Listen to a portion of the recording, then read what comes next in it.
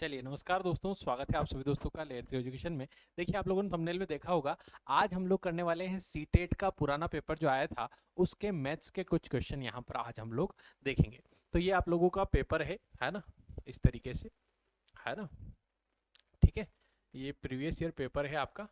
ठीक है, इसमें ये आपके जीन पियाजे, है ना, ये बाल विकास का क्वेश्चन है, बाल विकास का पेपर है।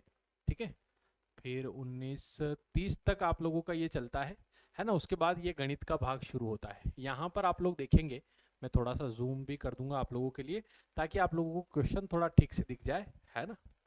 जैसे ये रहा यहाँ पर।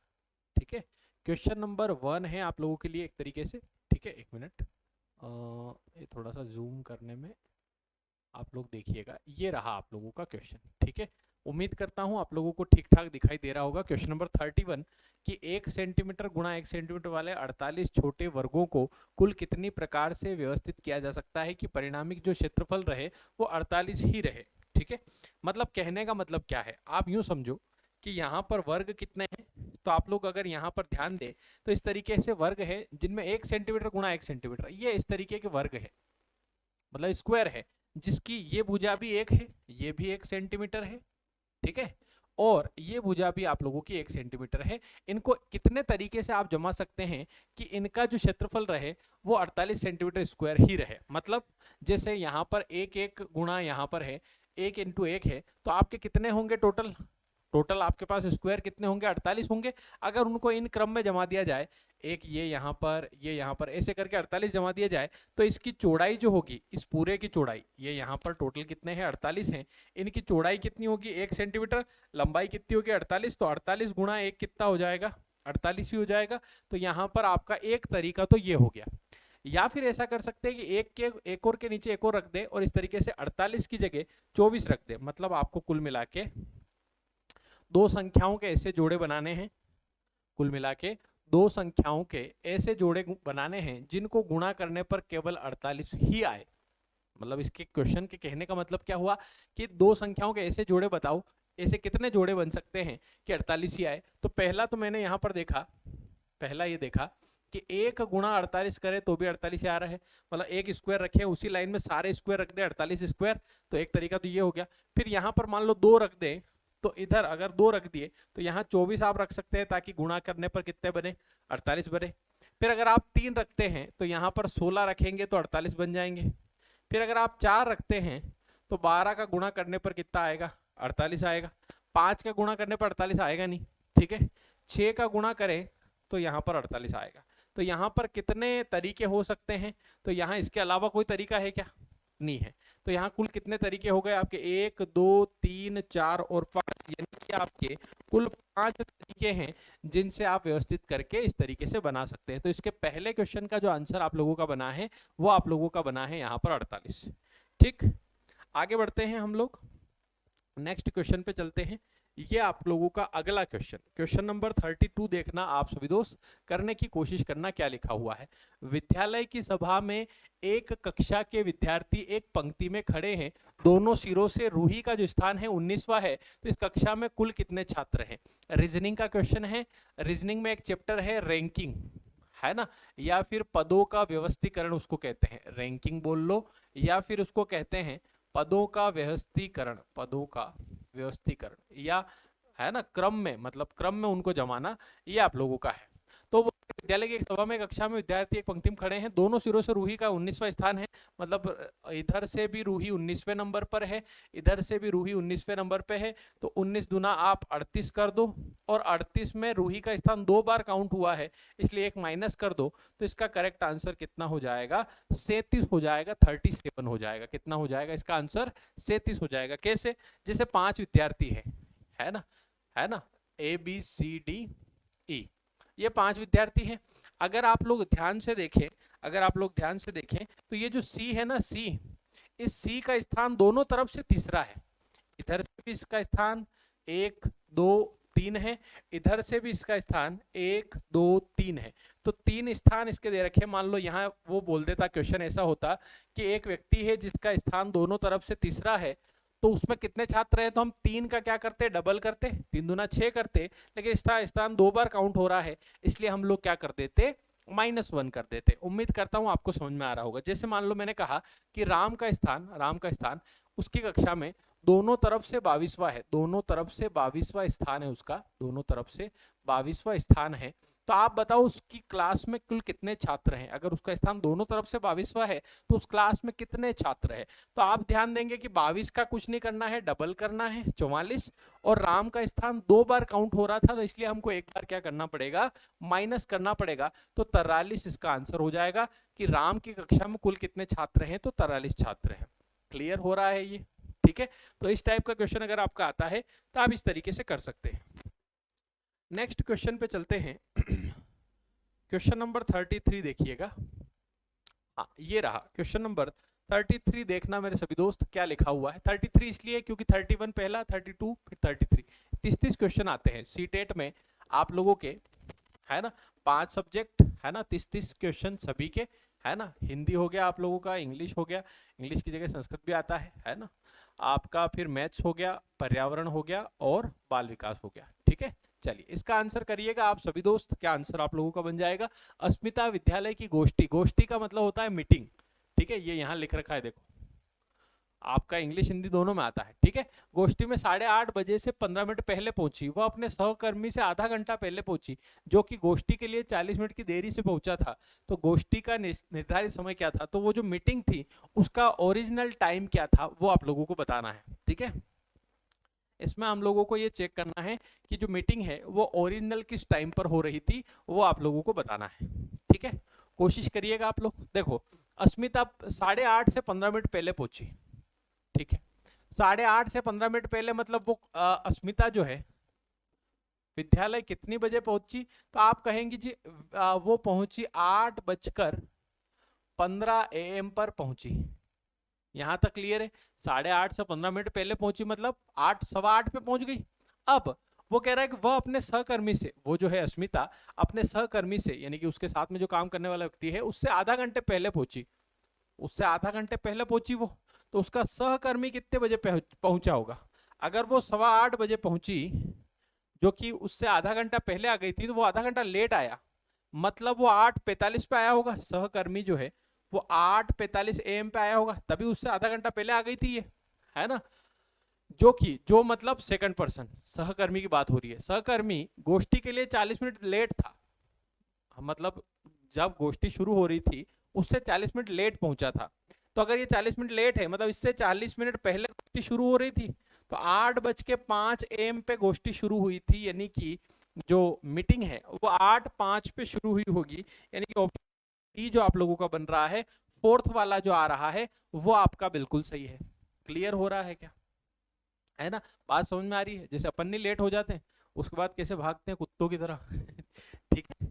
चलिए आप लोगों को बात समझ में आ रही होगी। नेक्स्ट क्वेश्चन पे चलते हैं दोस्तों। अगला क्वेश्चन आप लोग देखिएगा, रफ कार्य के लिए जगह, मतलब ये पुराना 21 का पेपर है, ये पेपर जो है 2021 का है, ठीक है। आप अगर बोलेंगे, है ना, अगर वीडियो को लाइक वगैरह करेंगे सभी दोस्त, तो मैं आपके लिए सारे पुराने पेपर सोल्व करवा दूंगा। जितने भी पुराने पेपर आपके सीटेट के आए थे वो सारे हम लोग सोल्व कर लेंगे, ठीक है। तो आप सभी दोस्त क्या कर सकते हैं, अपनी तरफ से एक छोटा सा लाइक और प्यारा सा कमेंट कर दीजिएगा, तो हम लोग सारे पेपर कोशिश करेंगे सोल्व करने की, ठीक है। चलिए आगे बढ़ते हैं। अगला क्वेश्चन देखो आप, क्वेश्चन नंबर 34 पे नजर डालो, करने की कोशिश करो क्या लिखा हुआ है। क्वेश्चन नंबर 34 पढ़ो। एक संख्या 100 के आधे से अधिक है ना। 100 का जो आधा है उससे अधिक, 50 से तो अधिक है, ठीक है। सारी संख्या 50 से अधिक है, चलो ठीक है।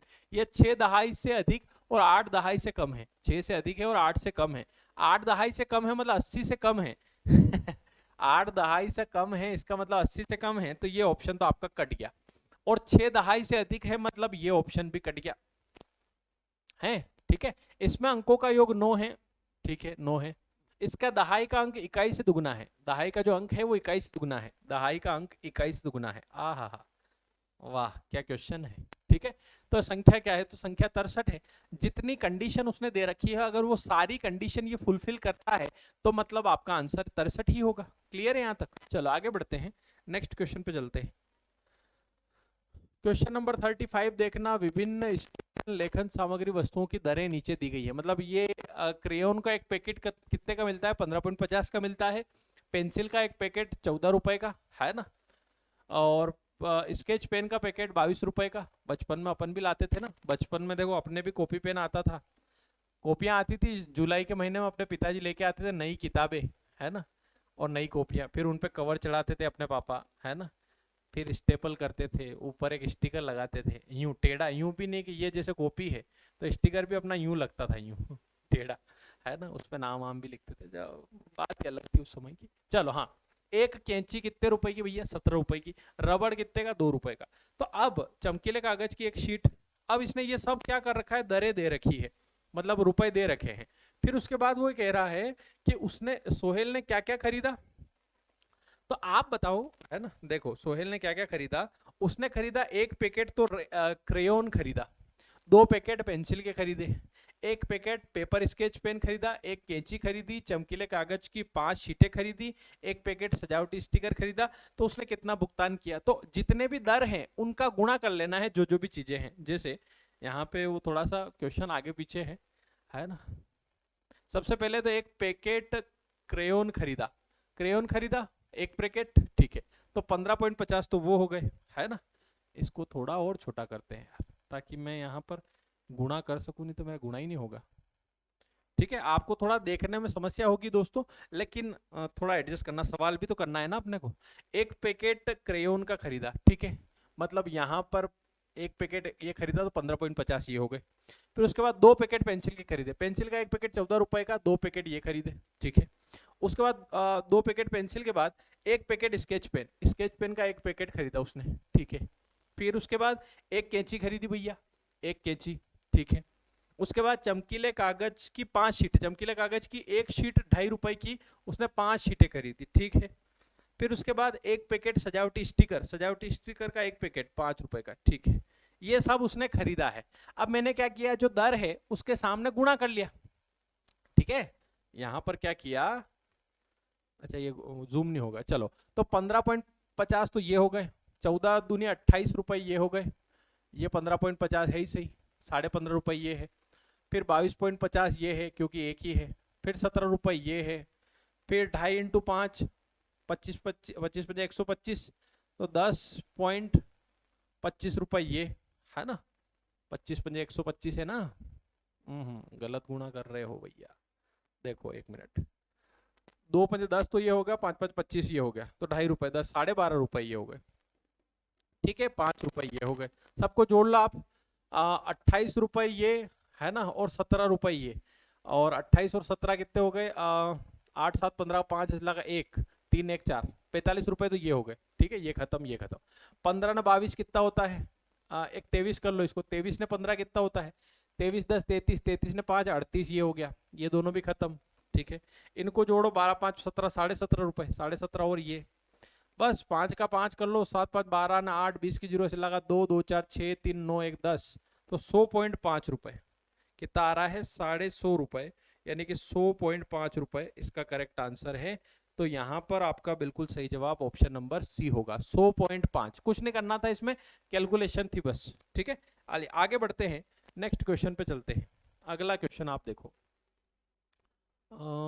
ये रहा क्वेश्चन आपका, ज्यादा जूम हो गया, चलो क्वेश्चन नंबर 36 देखो दोस्तों, क्या लिखा हुआ है, पढ़ो ध्यान से। क्वेश्चन नंबर 36 क्या लिखा हुआ है, ध्यान दीजिएगा आप लोग। एक रेलगाड़ी पटना से 30 मई 2020 को 23.40 घंटे पर निकलती है, मतलब 23:40 पे वो निकलती है, और मुंबई 1 जून 2020 को 5:15 बजे पर पहुंचती है, ठीक है।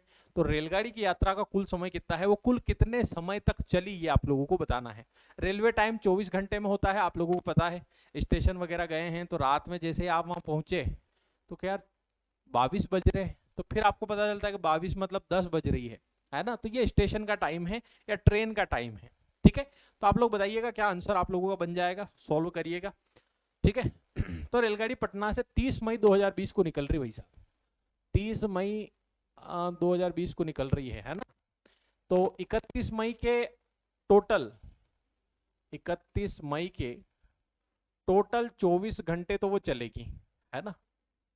इसको कैसे करते हैं, एक काम करो, यहां से गिनो आप 30 मई से 30 मई 2020 के 23.40 से 23:40 से 31 के 23.40 तक 24 घंटे तो ये हो गए, बोलो, है ना। फिर 31 से 1 तारीख के 23.40 तक 24 घंटे और ये हो गए, ठीक है। लेकिन 1 तारीख की 23.40 नहीं बची, कितनी बची, केवल 5:15। तो यहां पर इसमें से आप 5:15 ही चली है ना, 23 घंटे नहीं चली टोटल। चलो एक काम करो, यहां पर 23.40 से 20 मिनट ये ले लो, है ना। एक काम करो, ये 24 घंटे तो ये हो गए पूरे। अब यहां से 24 बजा दो, यानी कि रात की 12 बजे 20 मिनट और ये हो गए, 20 मिनट ये ले लो।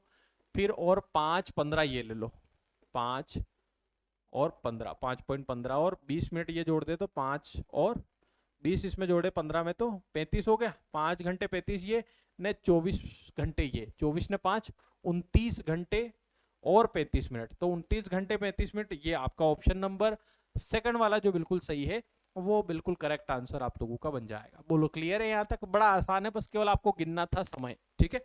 ये थोड़ा सा आपको दिमाग लगाना पड़ेगा। आगे बढ़ते हैं, 36 के बाद 37 वाला क्वेश्चन आप देखो। भाई साहब क्वेश्चन कितने बड़े बड़े, ठीक है। चलो क्या लिखा हुआ है, पढ़ना ध्यान से। 5 अंकों वाली संख्या में 100वें स्थान का अंक 10,000वें स्थान के अंक का 3/4 है और 10वें स्थान का अंक 100वें स्थान के अंक का 2/3 है। 10वें स्थान का अंक सबसे छोटी अभाज्य संख्या का वर्ग है और 1000वें स्थान का अंक, इसमें चेक करना पड़ेगा भाई साहब।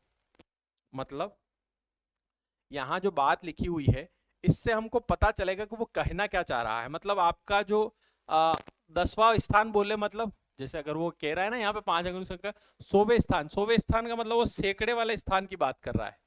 100वां स्थान मतलब जो सैकड़े वाले स्थान पे आता है। जैसे मैंने यहाँ लिखा 5345, तो 100वां स्थान कौन सा है, तो ये 3 है, जो सैकड़े वाले स्थान पे आ रहा है वो 100वां स्थान है, ठीक है। इसमें कुछ एक चीज पकड़ो जो आप आसानी से कर सकते हो कि 10वें स्थान का अंक जो है सबसे छोटी अभाज्य संख्या का वर्ग है।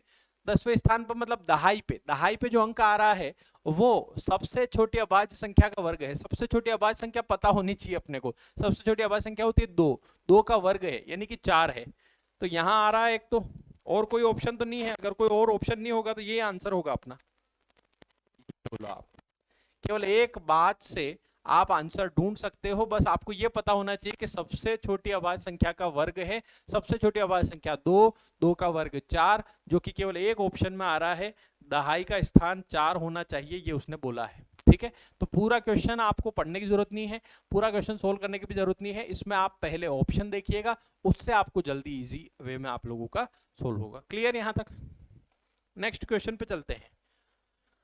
रब कार्य के लिए जगह, बोलो आप, रब कार्य करो यहाँ पे, ठीक है। रब कार्य कर लेते हैं, जैसे बचपन में होता था ना 5 5 3 से कुत्ता बनाते थे, है ना। बना लो आप, ठीक है। किसी को आता है कि नहीं आता है कुत्ता बनाना? कि सर हमारे रिश्तेदार सारे कुत्ते ही हैं, है ना, उनको देख लेते हैं, हम बनाने की जरूरत नहीं है, ठीक है। रिश्तेदार बहुत खतरनाक चीज है, वो आपको मोटिवेट करते हैं, है ना, ताकि आप कुछ कर लो जिंदगी में, है ना। आके पूछते हैं क्या कर रहा आपका लड़का, क्या कर रही है आपकी लड़की, के कुछ नहीं कर रहा, तुम्हारा तुमसे मतलब, है ना। चलो, पर अपने माँ बाप भी इतने बढ़िया कहाँ है। चलो क्वेश्चन नंबर 38 देखो आप, करने की कोशिश करो कि 17,863 पाने के लिए, मतलब 17,863 पाने के लिए, जैसे नौकरी पाने के लिए आप ये देख रहे हो ना, वैसे 17,863 पाने के लिए 8,008, 8,088 और 8,808 के योग में से क्या घटाना चाहिए। इनके योगफल में से क्या घटाना, इनका योगफल करो पहले तो आप।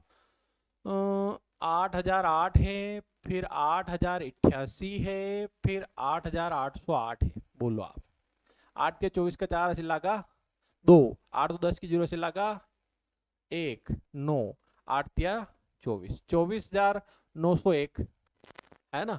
में से क्या घटाएं कि ये मिल जाए, तो आप ये घटा लो डायरेक्ट, वो मिल जाएगा आपको। 17,863 घटा लो, 4 में 3 गया तो 1, 10 में 6 गया तो 4, 8 में से 8 गया तो 0, 14 में से 7 गया तो 7, तो 7,041 घटाना है। मतलब ऑप्शन नंबर 3 जो आप लोगों का बनेगा वो बिल्कुल सही जवाब बनेगा, ठीक। क्लियर यहां तक? इस तरीके से आप लोगों को करना है। आगे बढ़ते हैं दोस्तों, नेक्स्ट क्वेश्चन पे चलते हैं। क्वेश्चन नंबर 39 देखो आप। 16 लीटर धारिता वाली एक बाल्टी पूर्ण रूप से पानी से भरी हुई है ना। एक बाल्टी है 16 लीटर की, ठीक है, पूर्ण रूप से पानी से भरी हुई है। बाल्टी के इस पानी को छोटे छोटे बर्तनों में भरा जाना है। तो बाल्टी में भरे समस्त पानी को एक मग द्वारा 50 बार पूर्णतः भरकर छोटे छोटे बर्तनों में स्थानांतरित किया गया। तो मग की धारिता क्या है, यानी कि वो जो मग है, जैसे मान लो ये बाल्टी है, ठीक है, ये आपकी बाल्टी है ना, इसमें जितना भी पानी है वो छोटे छोटे बर्तनों में डाल रहे हैं अपन, ठीक है।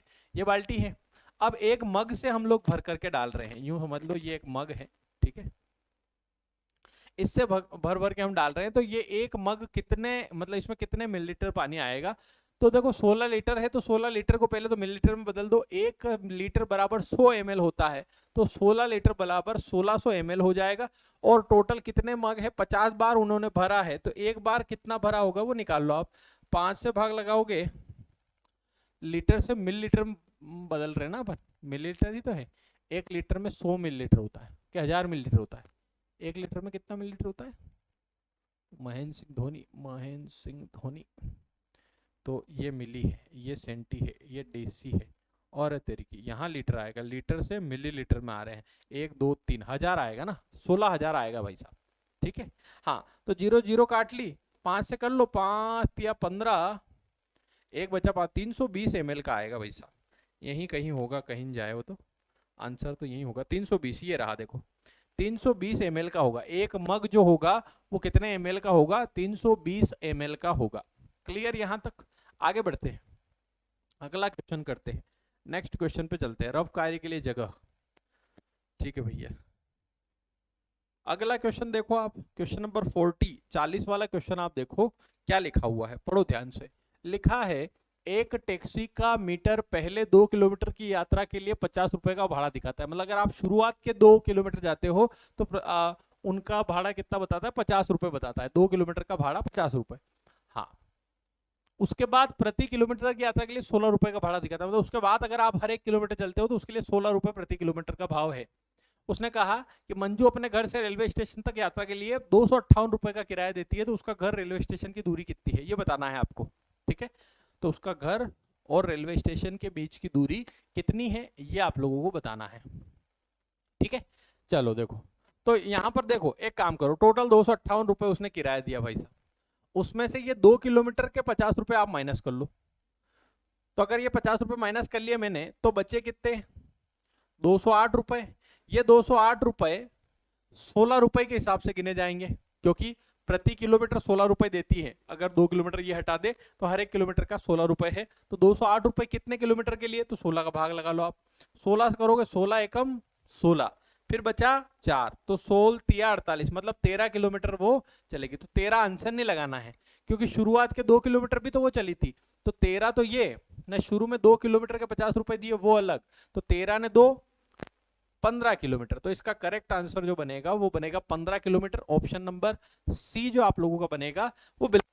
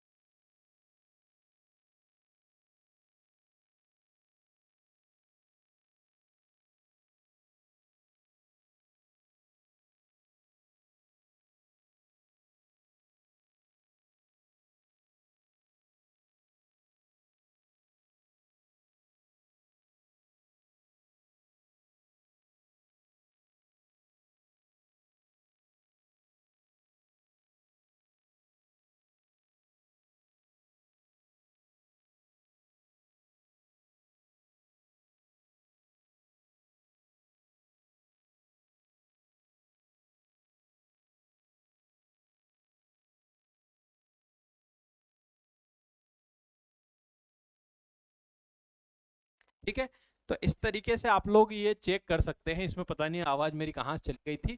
बाकी अगर ये चारों आप चेक करेंगे तो इस तरीके से हो जाएगा। ठीक है, तो ये आप लोगों का प्रीवियस ईयर पेपर है सीटेट का। और भी क्वेश्चन है इसमें, हम लोग फिर कभी करेंगे। तो आप लोग वीडियो को बिल्कुल लाइक करिएगा जितने भी दोस्त देख रहे हैं, है ना। और कमेंट करिएगा आपको कितना समझ में आया।